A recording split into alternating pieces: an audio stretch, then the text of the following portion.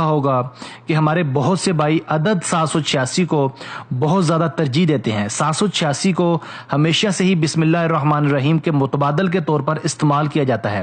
لوگ اپنی دکانوں، گاڑیوں، گھروں، خطوط، ای میلز اور کارڈز وغیرہ پر 786 کو بسم اللہ الرحمن الرحیم کے نعم البدل کے طور پر استعمال کرتے ہیں۔ ایسا خصوصاً انڈیا اور پاکستان میں زیادہ دیکھنے کو ملتا ہے۔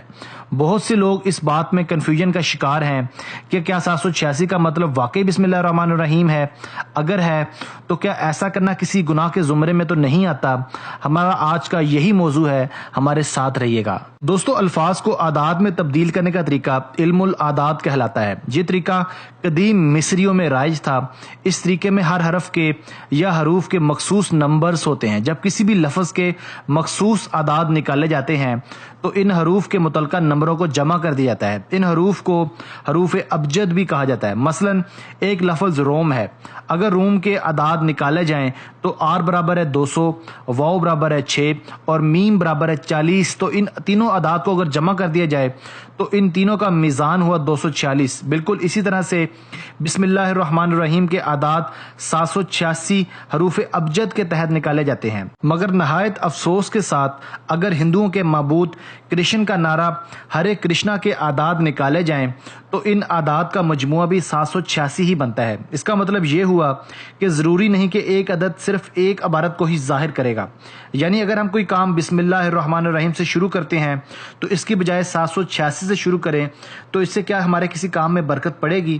کیونکہ 786 سے ہرے کرشنا کے علاوہ چند اور اعداد بھی بنتے ہی ہوں گے جو سراسر اسلام کے منافی ہوں گے۔ ویورز، اب ہم بات کریں گے کہ 786 کی کیا اسلام میں کوئی گنجائش موجود ہے اور کیا ہم 786 کا استعمال کر کے کوئی گناہ تو نہیں کر رہے۔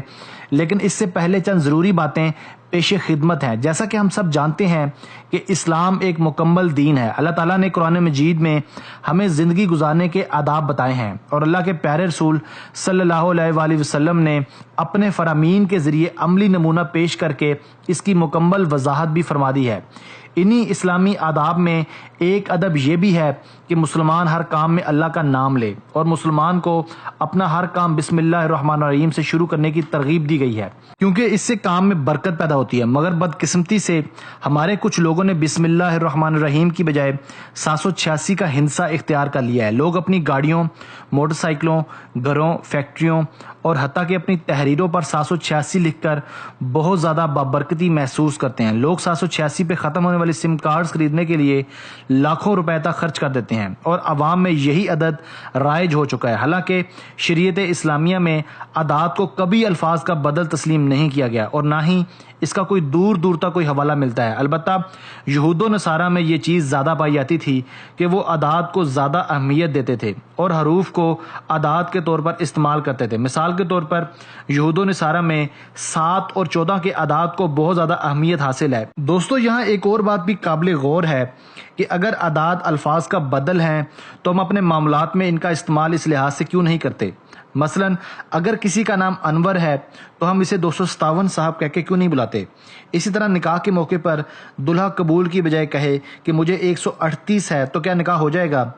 اسی طرح اگر کوئی اپنی اہلیہ کو طلاق کی بجائے کہے جب تجھے 140 تھی تو کیا طلاق ہو جائے گی؟ بلا شبہ یہ سب چیزیں ہم اپنے لیے برداشت نہیں کر سکتے، تو اللہ تعالیٰ کے نام کے ساتھ مذاق کیوں کرتے ہیں؟ اگر ہم اپنے لیے اعداد کو پسند نہیں کرتے تو اللہ کے لیے کیوں کرتے ہیں؟ ایک مومن کے لیے اس کا تصور بھی ناقابل قبول ہے۔ لہٰذا سب مسلمان بھائیوں سے گزارش ہے کہ آغاز 786 کی بجائے بسم اللہ الرحمن الرحیم سے کیا جائے۔